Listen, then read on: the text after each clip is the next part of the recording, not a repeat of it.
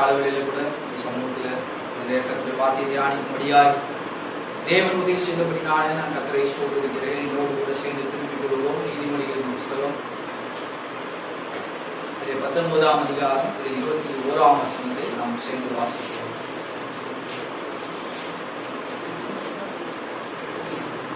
நீதிமொழிகளின் புஸ்தகம் 19ஆம் அதிகாரம் 21ஆம் வசனத்தை நாம் வாசிக்கிறோம்.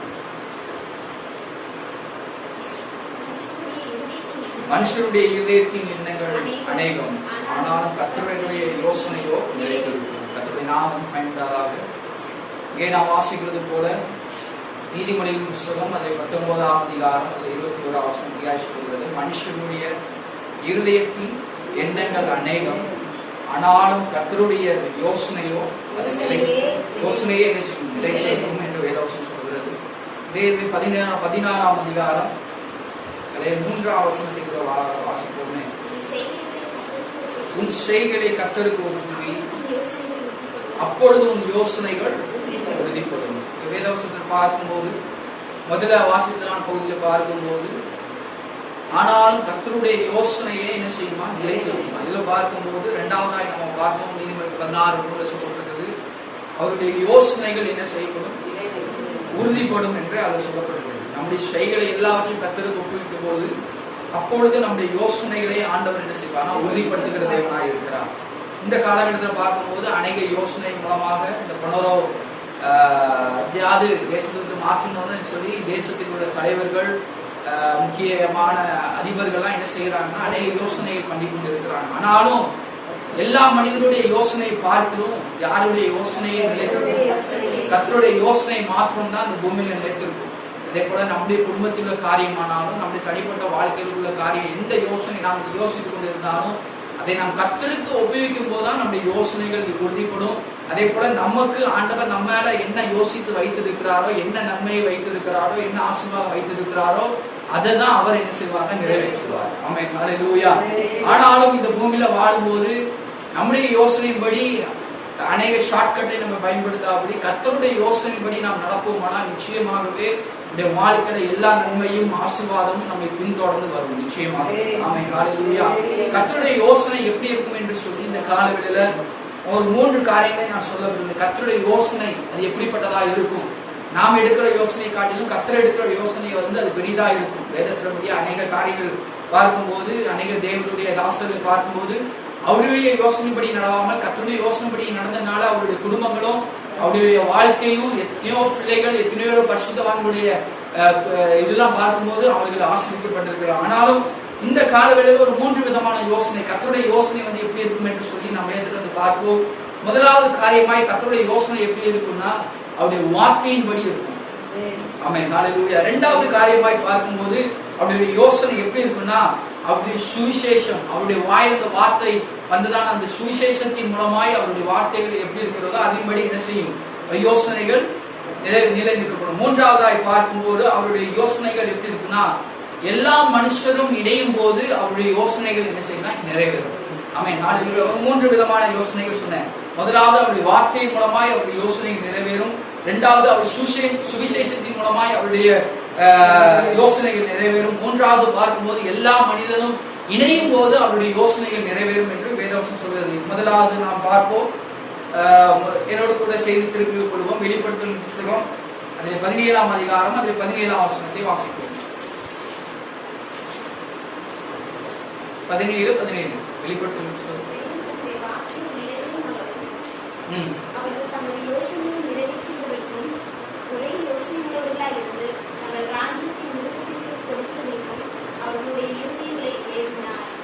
இங்கே நம்ம பார்க்கும்போது தேவன் தம்முடைய வார்த்தைகள் நிறைவேறும் அளவும் அவர்கள் தமது யோசனையை நிறைவேற்றுவதற்கு.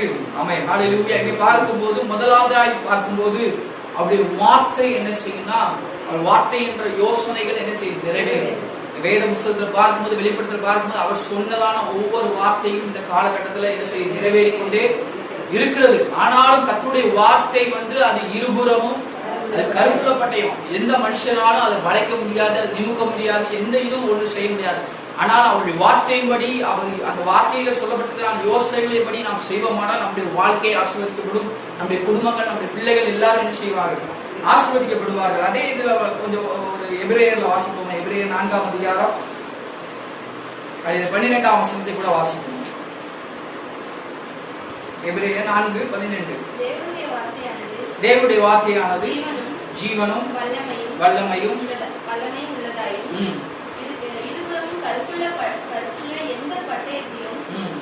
கற்கானதாயும் ஆத்மாவையும் ஆவியையும் கணுக்களையும் ஊனையும் பிரிக்கத்தக்கதாக உருவ குத்துகிறதாயும் இருதயத்தின் நினைவுகளையும் யோசனைகளையும் வார்த்தை எப்படிப்பட்ட வார்த்தையாக சொல்லப்பட்டது? தேவனுடைய வார்த்தையானது ஜீவனும், முதல்ல எப்படி இருக்கு அவர் வார்த்தை ஜீவனும் வல்லமையுள்ளதாயும், அடுத்தது சொல்லப்பட்டது இருபுறமும் கருப்புள்ள பட்டயமும், எந்த பட்டயத்திலும் கருக்கானதையும் ஆத்மாவையும் ஆவியையும் கணுக்களையும் ஊடுகளையும் பிரிக்கத்தக்கதாக உருவ குத்துகிற, அது என்ன உருவ குத்துனா ஒரு கத்தி வச்சு குத்துனா அப்படி இருக்கும், அதே போல இருக்கும் அவருடைய வார்த்தை. நாம நாளையா அதுக்கடுத்து கடைசியில சொல்ல இருதயத்தின் நினைவுகளை யோசனைகளையும் வகையறிக்கிறதாயும் என்ன செய்கிறது இருக்கிறது. ஆமை நாளையா முதல் யோசனை எப்படிப்பட்ட ஆண்டவருடைய கத்துடைய யோசனை எப்படி இருக்குன்னா, நம்முடைய வாழ்க்கையை உயிர்ப்பித்து இந்த ஒரு கத்தியை எப்படி தீட்டுவாங்க, ஒரு கத்தியை வணைவாங்கன்னா அந்த பட்டறையில போய் பார்க்கும்போது சும்மா ஒரு சாதா கம்பி மாதிரி தான் இருக்கும். அதை போட்டு என்ன செய்வாங்க, கங்குல கங்குல போட்டு நல்லா சூடு பண்ணி அதை போட்டு அடிச்சு என்ன விதமான இது என்ன பட்டயம் தேவையோ அதே போல அதை வணைந்து அந்த ஆசாரி என்ன செய்வார் உண்டாக்குறது போல கர்த்தருடைய வார்த்தை, நம்முடைய வார்த்தைன்ற யோசனை நம்முடைய ஒவ்வொரு நாளும் நாம் எப்படி வணையணும், எப்படி நாம் நடக்கணும், நாம் என்னென்ன செய்யணும் அப்படின்னு சொல்லி கர்த்தருடைய வார்த்தை என்று நம்மளை என்ன செய்யணும்னா ஒவ்வொரு நாளும் நம்மளை உருவாக்கி நம்மளை என்ன செய்கிறது வணைகிறதாய் காணப்படுகிறது. ஆமென். ஹல்லேலூயா. இரண்டாவது காரியமாய் பார்ப்போம். இரண்டாவது காரியமாய் பார்க்கும்போது வேதத்தில் சொல்லப்பட்டிருக்கிறத பார்க்கும்போது அவர்களுடைய சுவிசேஷம் கர்த்தருடைய வார்த்தை என்ன செய்யும், சுவிசேஷ இந்த வார்த்தை மனுஷரிடத்துல போய் அது கிரியை செய்து அது பெரிய பலன் கொடுக்கிறதா என்ன செய்யும் காணப்படும் என்று அவருடைய யோசனையாய் காணப்பட வாசிப்போம். கலாத்தியர் 1ஆம் அதிகாரம் அதிலே 11ஆம் வசனத்தை கூட வாசிப்போம்.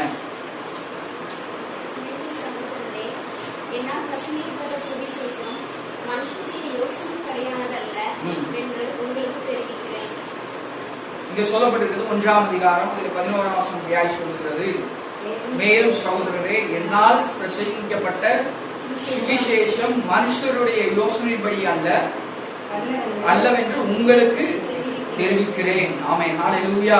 இங்கே பார்க்கும்போது இது கர்த்தருடைய சுவிசேஷம் எந்த மனிதனிடத்துல என்ன செய்யல வரல, வானம் பூமி உண்டாக்கின கர்த்தரிடத்திலிருந்தே இந்த செய்யப்பட்டிருக்குது வந்திருக்கு. அதே போல வேதத்திலிருந்து நம்ம ஒவ்வொரு சுவிசேஷங்களை எடுத்து பார்க்கும்போது ஒவ்வொரு பரிசுத்தவான்கள் எழுதின போது அவருடைய வார்த்தை அவருடைய சுயமா என்ன செய்யப்படல, எழுதப்படல, எல்லாம் கர்த்தருடைய ஆவினால என்ன செய்யப்பட்டிருந்தா எழுதப்பட்டிருக்கிறதை நாம் வேதத்துல பார்க்கும்போது முழு வேதாகமும் பார்க்கும்போது 40 தீர்க்கதரிசியினால அதுவும் சும்மா எழுதப்படல, பரிசுத்த ஆவினால் நிரப்பப்பட்டு அவங்க என்ன செய்தாங்கன்னா ஒவ்வொரு காரியத்தையும் எழுதினாங்க. அதே போல ஒவ்வொரு இதுல சொல்லப்பட்டிருக்கிறது, சகோதரே, என்னால் பிரசங்கிக்கப்பட்ட சுவிசேஷம் மனுஷருடைய யோசனைப்படி அல்ல. இது எந்த மனுஷனுடைய யோசனைப்படி எந்த உலகத்திலிருந்து கொண்டு வந்த டாக்டரினை கொண்டு வந்து போதிக்கிறது அல்ல, இது பரலோகத்திற்கு வந்த சுவிசேஷமா இது காணப்படுகிறது. இந்த நாட்களை பார்க்கும்போது அநேக விதமான சுவிசேஷங்கள், அநேக விதமான யோசனைகளின்படி அவர்கள் என்ன செய்யறாங்க, இந்த நாட்கள்ல ஜனங்களை போதித்து உலகத்தின் ஆசீர்வாதத்தை என்ன செய்யறாங்க நடத்தி கொண்டு இருக்கிற. ஒரு காலத்துல பார்க்கும்போது ஆசீர்வாத சத்தியம் சொல்லி ஒரு பக்கம் நடத்தி கொண்டு வந்தாங்க. இந்த நாட்கள்ல பார்க்கும்போது சாவாமை என்ற, டிவி பார்க்க மாட்டேங்கிறாங்க, சாவாமை என்ற உபதேசம் என்ன செய்யும், இந்த நாட்கள்ல அவங்க சுயத்தின்படி என்ன செய்யணும், நம்ம சாவவே மாட்டோம், நம்ம உயிரோட தான் இருப்போம்னு இப்போ சுவிசேஷம் அப்படி ஒன்று பரவிட்டு இருக்கு. எல்லா ஜனங்களும் அதுக்கு விழுந்து போய் இப்போ அநேக ஜனங்கள் அது பின்னால போயிட்டு இருக்காங்க. ஆனாலும் இங்க சொல்லப்பட்டிருக்கிறது, என்னால் பிரசங்கிக்கப்பட்ட சுவிசேஷம் மனுஷருடைய யோசனைப்படி அல்ல. இந்த சுவிசேஷம் யார் பிரசங்கித்தா, நாம் ஆராதிக்கிற தேவன், அதே போல வானத்தி பூமி உண்டாக்கின தேவன் தன்னுடைய ஒரே பேரான குமாரனை இந்த பூமியில அனுப்பி எந்த சுவிசேஷத்தை பிரசங்கித்தார்னா பரலோக ராஜ்யத்தின் சுவிசேஷத்தை என்ன செய்தார்னா தன்னுடைய ஒரே பேரான குமாரன் இயேசு கிறிஸ்து என்ன செய்தார், பிரசங்கித்தார். ஆமென், ஹல்லேலூயா. அதை நம்ம இதை பார்க்கும்போது மத்தேயுல நம்ம முதல்ல இருந்து நம்ம பார்க்கும்போது மலைய பிரசங்கத்திலிருந்து பார்க்கும்போது பரலோக ராஜ்யத்தின் சுவிசேஷத்தை அவர் என்ன செய்தார், பிரசங்கித்தார். வேற ஆசீர்வாதமோ உங்களுக்கு வீடு கிடைக்கும், கார் கிடைக்கும், நல்லா இருப்பீங்க அப்படி இப்படிலாம் ஆண்டவர் அங்க என்ன செய்யறார், பிரசங்கிக்கவே இல்லை. அவர் என்ன பிரசங்கித்தார்னா சுவிசேஷம். என்ன சுவிசேஷம்னா பரலோக ராஜ்யத்தின் சுவிசேஷத்தை என்ன செய்தார், பிரசங்கித்தார். ஆமென், ஹல்லேலூயா. அதே போல நம்ம அந்த பரலோக ராஜ்யத்தின் சுவிசேஷத்தை நாம் பிரசங்கிக்கும் போது அதன்படி நாம் நடக்கும் போது இதுல சொல்லப்பட்டிருக்கிறது போல நம்ம மத்தியில பார்க்கும்போது எல்லா ஜனங்களும் யார் யாரெல்லாம் அவர் பின்னால போனாங்களோ, சீஷர்கள் யாரெல்லாம் இருந்தாங்களோ எல்லாரையும் பார்க்கும்போது அவரு என்ன செய்தார்னா ஒரு சிறு பிள்ளையை எடுத்து வைத்து என்ன செய்யறாருன்னா பிரசங்கித்தார். அப்படிதானே, நீ சிறு பிள்ளையை போல ஆகாவிட்டா தேவனுடைய ராஜ்யத்தில் பிரவேசிக்க முடியாது. அதே போல பரலோக ராஜ்யத்துக்கு குறித்ததான காரியங்கள், அதே போல மறைத்து வைக்க வேண்டுவதான பொக்கிஷம் அப்படின்னு அநேக காரியங்களை இங்க சொல்லுகிறதை நம்ம பார்க்கிறோம். ஆனாலும் நாமும் ஒவ்வொரு நாளும் உலகத்தின் சுவிசேஷத்தின்படி நடவாமல், மனுஷனுடைய யோசனையின்படி நடவாமல், கர்த்தருடைய யோசனைப்படி நாம் நடப்போமானால் நிச்சயமாகவே நம்முடைய யோசனைகள் என்ன செய்யணும், நிலைத்து இருக்கும். ஆமென், ஹல்லேலூயா. மூன்றாவதாய் பார்க்கும்போது எல்லா மனுஷரும் அவரோடு கூட இணையணும் தான் அவருடைய யோசனையாக இருக்கிறது. வாசிப்போம் 1 கொரிந்தியர் 7ஆம் அதிகாரம் அதுல 6ஆம் வசனமும் 7ஆம் வசனமும் வாசிப்போம். 1 கொரிந்தியர் நான் கட்டளையாக சொல்லாமல் யோசனையாக சொல்கிறேன். எல்லா மனுஷரும் என்னை போலவே இருக்க விரும்புகிறேன். ஆகிலும் அவனவனுக்கு தேவனால் அருளப்பட்ட அவனவனுக்குரிய வரம் உண்டு. அது ஒருவனுக்கு ஒரு விதமாகவும் மற்றொருவனுக்கு வேறு விதமாகவும் இருக்கிறது. இருக்கட்டும் போது இதுல பார்க்கும்போது இதை நான் கட்டளையாக சொல்லாமல் யோசனையாக என்ன செய்கிறேன் சொல்லுகிறேன். ஆண்டவருடைய விருப்பம் முதல்ல என்ன யோசனை சொல்லுகிறான்னா எல்லா மனுஷரும் என்னை போலவே இருக்கணும். ஆமென், ஹல்லேலூயா. அதான் ஆண்டவருடைய விருப்பமா இருக்கிறது. ஆமென், ஹல்லேலூயா. அதான் ஆண்டவருடைய யோசனையா இருக்கு. இந்த நாட்களை பார்க்கும்போது மனுஷனுடைய யோசனைகள் இப்ப உதாரணமா பார்க்கும்போது வீட்டுல 3 பிள்ளைங்கனாங்கன்னா 3 பிள்ளைங்களும் தகப்பன் போல ஒரே மாதிரி இருப்பாங்க நினைக்க முடியுமா?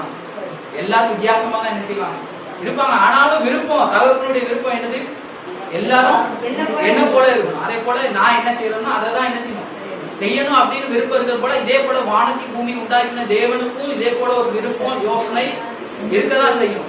ஆனாலும் அப்படி அவருடைய யோசனைப்படி இருக்கும் போது நமக்கு ஆண்டவர் நமக்கு என்ன தருகிறாரா, ஆகிலும் அவர்களுக்கு அவனவனுக்கு தேவனால் அருளப்பட்ட அவனவனுக்குரிய வரம் உண்டு. அது ஒருவனுக்கும் ஒரு விதமாயும் மற்றவனுக்கு வேறு விதமாயும் என்ன செய்யும் இருக்கும். இந்த காலகட்டத்தில் பார்க்கும்போது வீட்டுல 3 பேர் இருந்தாலும் ஒவ்வொருவருக்கும் ஒவ்வொரு தாளங்களை ஆண்டவர் என்ன செய்திருப்பார், வைத்திருப்பார். மற்றவங்க நல்லா பாடுறது போல நமக்கு பாடுறது கிருபை இருக்காது. அதே போல நல்ல ஓட்ட கார் ஓட்ட தெரிஞ்சுன்னா நமக்கு கார் ஓட்ட தெரியாது. அதே போல ஒவ்வொருக்கும் வேற விதமா இருக்கும். ஆனாலும் எல்லா மனுஷருக்கும் ஒரு விருப்பம், எல்லா மனுஷரும் ஆனா தகப்பன் போலதான் என்ன செய்வாங்க இருப்பாங்க. ஒரு தகப்பன் கீழே இருக்கிறது போலதான் நம்மளும் இருக்கிறோம். பரலோகத்தில் இருக்கிற பிதாவுக்கு நம்ம கீழே இருக்கிறது போலதான் இருக்கிறோம். ஆனாலும் ஒவ்வொருத்தருக்கும் நல்ல ஒரு ஞானத்தையும் யோசனையும் தந்து நாம் பூமியில எப்படி ஒவ்வொருவருக்கும் நல்ல தாழ்ந்துகள் கொடுத்து இந்த பூமியில செயல்படும்படியான கிருபைகளை ஆண்டவர் செய்தார் வந்திருக்கிற வேதத்துல பார்க்கும்போது ஒரு எஜமான் இருந்தானா அவனுக்கு 3 பேருக்கு அழைத்து என்ன செய்தார்னா ஒருத்தனுக்கு 5 தாளந்தை என்ன செய்தார் கொடுத்தார். ஒருவனுக்கு 2 தாளந்தை கொடுத்தார், ஒருவனுக்கு 1 தாளந்தை கொடுத்தார். 5 தாளந்து உள்ளவன் எஜமான் வந்தப்போ கேட்ட போது என்ன செய்தான், 5 10 ஆக்கி என்ன செய்தான் கொடுத்தான். இன்னொருக்க என்ன செய்தான் 2 4 ஆக்கி கொடுத்தான். இன்னொருக்க பார்த்து 1 என்ன செய்தான்னா பொதித்து வைத்தான். அவன் பொதித்து வைக்காதபடி ஒவ்வொருவருக்கும் ஆண்டவர் என்ன யோசனைப்படி ஆண்டவர் செய்கிறாரோ அதைப்படி நாம் என்ன செய்யணும், நாளுக்கு நாள் அதை என்ன செய்யணும் பெருக பண்ணணும். ஆமென். இதுல சொல்லப்பட்டிருக்கிறது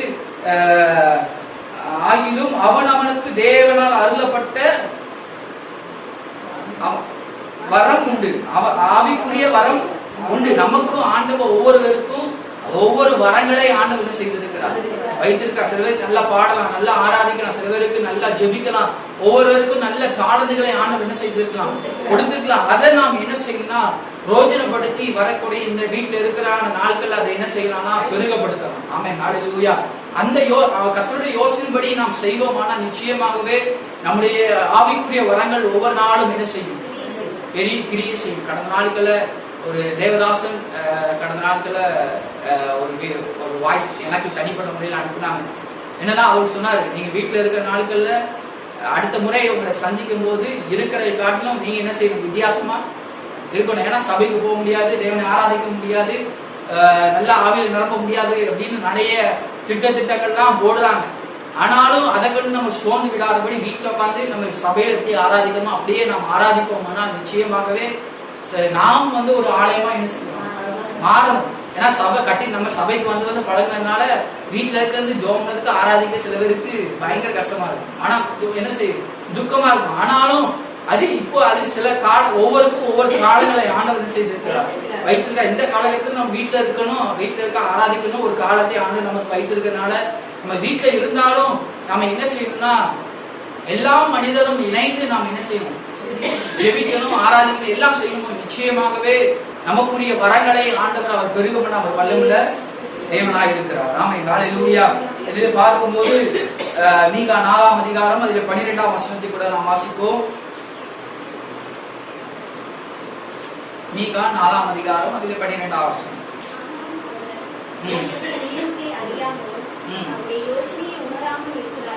இப்போ ஜெல சனங்கள் எப்படி இருக்கிறாங்கன்னா கர்த்தருடைய நினைவுகளை அறியாமலும் அவருடைய யோசனைகளை உணராமலும் இப்போ என்ன செய்யறாங்க, இருக்கிறாங்க. அநேக பிள்ளைகள் பார்க்கும்போது ஆண்டவருடைய விருப்பம் என்ன, ஆண்டவருடைய சித்தம் என்ன, பிதாவுடைய சித்தத்தை நிறைவேற்றும்படியாய் என்ன செய்தார், குமாரனை அனுப்பினார். குமாரனுடைய சித்தத்தை நிறைவேற்றும்படியாய் நம்மளையும் ஆண்டவர் என்ன செய்திருக்கிறார், தெரிந்து கொண்டிருக்கிறார். ஆனாலும் தெரிந்து கொள்ளப்பட்ட நம்மும் சில பேர் பார்த்தா முடங்கி ஒண்ணு செய்யாம என்ன செய்யணும் இருக்கிறோம். ஆனாலும் இங்க சொல்லுகிற கர்த்தருடைய நினைவுகளை அறியாமலும் அவருடைய யோசனைகளை உணராமலும் எத்தனையோ பிள்ளைகள் என்ன செய்யறாங்க, வாழ்ந்து கொண்டிருக்கிறார். ஆனாலும் அவருடைய யோசனைகளை அறிந்த நாம் ஒவ்வொரு நாளும் என்ன செய்யணும்னா அவருடைய நினைவுகளை அறிந்து அவருடைய யோசனைகளை இருந்து அவருக்காக நாம் ஒவ்வொரு நாளும் என்ன செய்யப்படணும், செயல்படுவதாய் காணப்படும் போது நிச்சயமாகவே இதை சொல்லப்பட்டிருக்கிறது போல கர்த்தர் உன் செயலை கர்த்தருக்கு ஒப்புவி, அப்பொழுது உன் யோசனைகளை ஆண்டவர் என்ன செய்வார், உறுதிப்படுத்துவார் என்று நீதிமொழிகள் 16:3 சொல்லப்பட்டிருக்கிறது. அதே போல நீதிமொழிகள் 19:21 சொல்லப்பட்டிருக்கிறது. மனுஷனுடைய இருதயத்தின் எண்ணங்கள் அநேகமாயிருக்கும், நம்முடைய இருதயத்திலே அநேகமாயிருக்கும். ஆனாலும் கர்த்தருடைய யோசனை நம்முடைய இருதயத்தில் இருக்கும் போது அது ஒவ்வொரு நாளும் அதை நிலை நிற்கிற ஒரு கண்மலை மேல கெட்டின வீடாய் அதனை செய்யும், மாறும். ஆமென், ஹல்லேலூயா. மண்ணில் கெட்டுறதை பார்க்கலும் மலை மேல நம்ம கெட்டினோம்னா அது ஒரு நாளும் என்ன செய்யாது, அழிந்து போவாது. அது மத்திய 6ஆம் அதிகாரத்துல 7ஆம் அதிகாரத்துல நீங்க வாசித்து பாருங்க, வீட்டுல இருந்தா நேரம் என்ன வாசித்து பாருங்க. இந்த நாளுக்குள்ள அநேக பேர் என்ன செய்யறாங்க, தன்னுடைய யோசனைப்படி என்ன செய்யறாங்க நடக்கிறதுனாலதான் அநேகர் என்ன செய்வாங்கன்னா கைவிடப்படுவாங்க. மத்திய 7ஆம் அதிகாரம் அதை வாசிங்க. மத்திய 7ஆம் அதிகாரம் அதுல 7ஆம் அதிகாரம் அதுல 21ஆம் வசனத்திலிருந்து பார்க்கும்போது, பரலோக ராஜ்யத்தில் என் பிதாவின் சித்தத்தை செய்கிறவன் எவனோ பரலோக ராஜ்யத்தில் என்ன செய்வான், பிரவேசிக்கப்படுவான். அப்படி நம்ம அப்படி செஞ்சாலும் கத்தாவே கத்தாவே என்று சொல்லி அவருடைய நாமத்தை செய்தாலும் அந்நாட்கள் என்ன செய்வார்னா ஆண்டவர் நம்மளை பார்த்து என்ன செய்வார்னா ஒரு காலம் அறியேன் என்று சொல்லுவார். நம்ம தெரிஞ்சும் தெரியாதவன் நம்ம செஞ்சாலும் நம்ம பிதாவின் போனாலும் நம்மளை அறியேன் என்று ஒரு நாள் சொல்லக்கூடிய காலம் என்ன செய்யும் வரும். ஆனாலும் கர்த்தருடைய யோசனை என்று சொல்லி நாம் ஒவ்வொரு நாளும் புரிந்து அதன்படி நாம் ஒவ்வொரு நாள் ஜெபத்துல நாம் செய்வோமானா நிச்சயமாகவே நம்முடைய யோசனை எல்லாவற்றையும் ஆண்டவர் என்ன செய்வார்னா உறுதிப்படுத்துவார். உறுதிப்படுத்துகிற மாத்திரமல்ல, அதுல நம்மளை நிலை நிற்கவும் ஆண்டவர் என்ன செய்வார். இந்த 3 வாக்கியின்படி தேவன் தாம் நிச்சயமாகவே நம்முடைய யோசனைகளை கர்த்தருடைய யோசனையை நம்முடைய வாழ்க்கையில நிறைவேற்றுவோமானா நிச்சயமாகவே தேவன் தாம் நம்மை ஆசீர்வதித்து நடத்துவார். ஒரு விஷயத்தை கண்களை மூடி ஆண்டவரை நோக்கி பார்த்து, ஆண்டவரை எங்களுடைய யோசனை அல்ல, நம்முடைய யோசனைகளை நாங்கள் ஒவ்வொரு நாள் நிறைவேற்றுவதாய் நாங்கள் காணப்பட பரிசுத்தாவியானவருக்கு உதவி செய்ய ஆண்டவரே. ஹல்லேலூயா. நீ ஆண்டவரே யோசனைக்கு பெரியவர், செயலிலே மகத்துவமானவர். ஆண்டவரே இல்லாதவைகளை இருக்கிறதை போல அழைக்கிற தேவனே, உம்மை நாமத்தில் நாங்கள் துதிக்கிறோம் ஆண்டவரே. ஹல்லேலூயா ஹல்லேலூயா ஹல்லேலூயா. ஸ்தோத்திரிக்கிறோம் ஆண்டவரே. நீ நல்லவர் நல்லவர் நல்லவர் நல்லவர் நல்லவர் நல்லவர் நல்லவர். ஹல்லேலூயா.